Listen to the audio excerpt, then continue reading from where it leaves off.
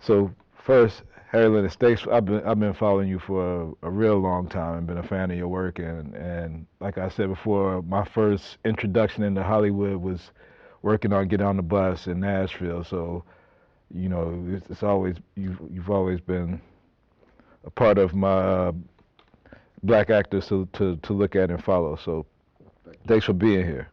So first question, tell us a little about your childhood. Where'd you grow up, and who were some of your big influences growing up? So I grew up in Chicago on the south side, a place called South Shore, and my childhood was, I guess, pretty typical. But I didn't have a father because my father died before I wasn't quite 2 years old. Mm. So I have no real recollection of him. But I remember my mother raising us, sent us all to Catholic schools. So I was an altar boy. When I became a high school student, I went to the seminary, the high school seminary.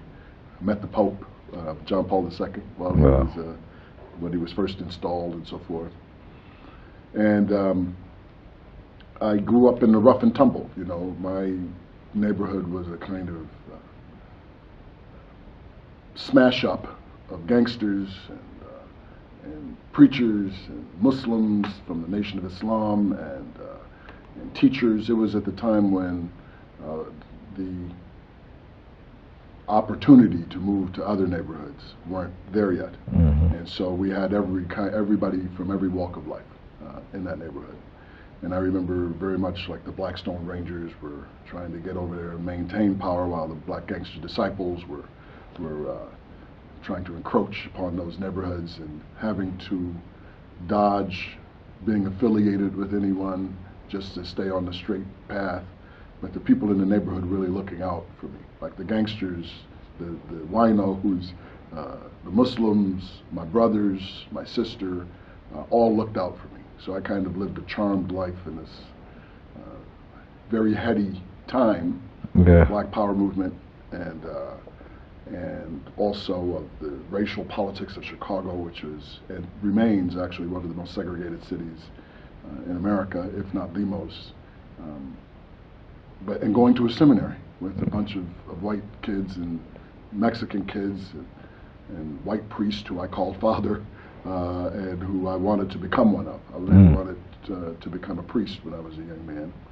But somehow in that Chicago environment, something intrigued me about acting. And I did a play while I was in the seminary, and people responded to it and thought that I was rather precocious at the time, I guess, and thought that I had a potential career. And so I decided to give it a shot, to leave the seminary and study at Northwestern. Wow. And so I became the head of the Black Student Union there. I led the Black Student Theater there. I was still very much involved in student government and all kinds of social issues. But I learned a tremendous amount about what it takes to be an actor and to be conscientious and to follow